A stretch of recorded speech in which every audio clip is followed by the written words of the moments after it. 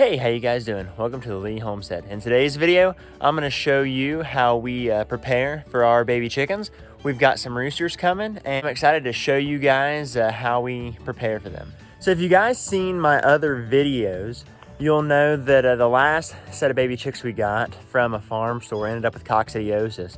So I'm going to show you how you clean your starter brooder so you don't spread that disease to your new baby chick. This is our starter brooder. I always just use a fairly decent sized plastic container. I've got bleach water mixed in, warm bleach water, and I'm just gonna spray it all the way around and saturate the bottom. And I'm gonna let it sit for about 10 minutes. So it'll give time for the bleach to work and disinfect the area.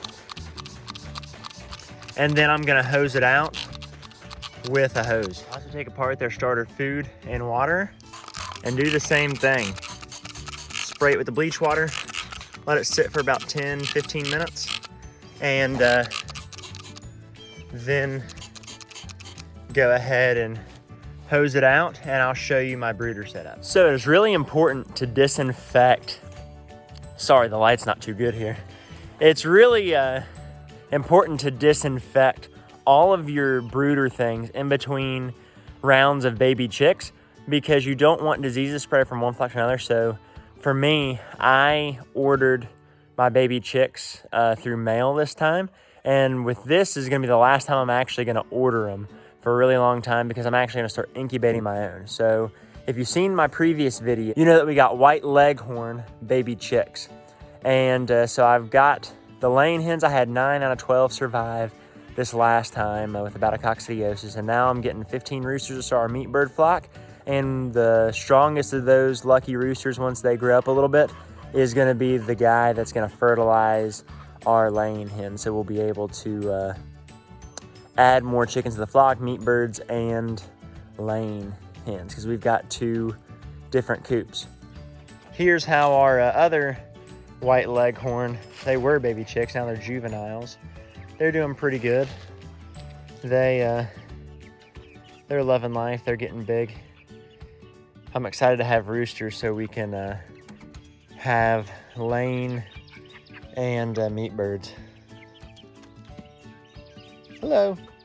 So one of the most important things that you have to keep in mind when you're getting your baby chicks is you want to be prepared. So selecting the place that you want to put your starter brooder, I recommend you put it in a place where you're able to keep checking on them every so often and make sure they're doing okay, and keep a close eye on them, because you're going to have some, you're going to lose some. That's just the cold fact of having a homestead, is every now and again you're going to lose animals.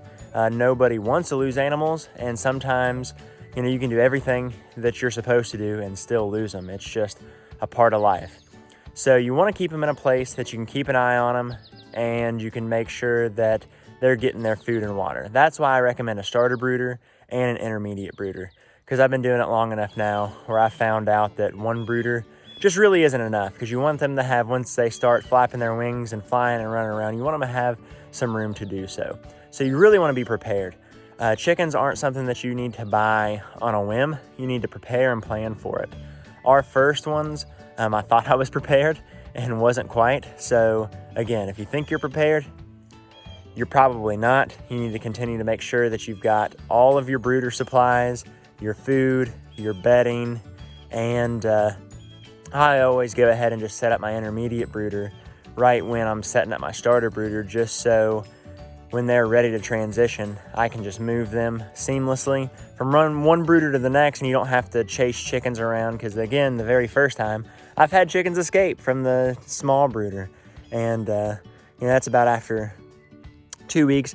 But I think my biggest and best advice that I could give is to make sure that you're prepared, and make sure you put your starter brooder in a place that you're able to keep a close eye on them. Now, we don't keep ours directly in our house anymore because of all the dust. If you've never had chickens or birds before, they create a lot of dust, and that's really bad for you to breathe in. So we start ours in our garage, and then our intermediate brooders in our outbuilding.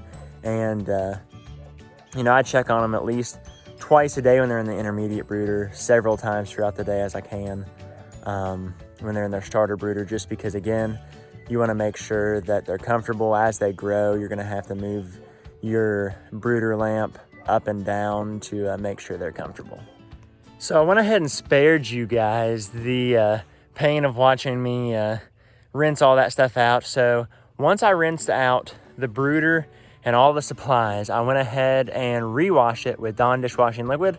And you want to make sure that everything dries very nicely. You want things to be dry, clean, no residue, because again, that residue just go into their food and water and could make them sick.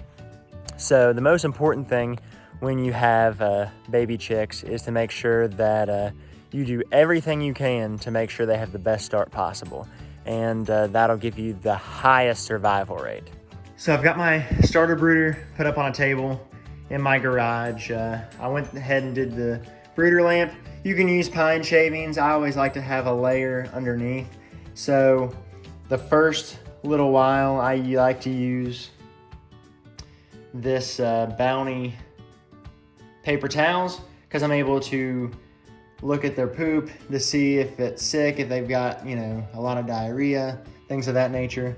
This is a block that I covered in paper towels so the chicks don't harm themselves on it. I'll put the water on there. It'll keep their water out of their poop. And I mean, they're gonna climb up in it and poop in it anyway, but this, I found, keeping it elevated is the best way to keep their water clean. So to start baby chicks out, I'm using Nutri-Drench this time to give them a boost right out of the, directly out of the box, because they've been in this box for about a day and a half.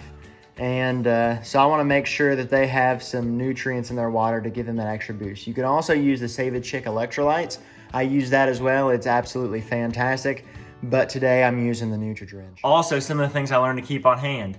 VetRx, the Nutri-Drench, of course, and Corid, just in case they end up with coccidiosis.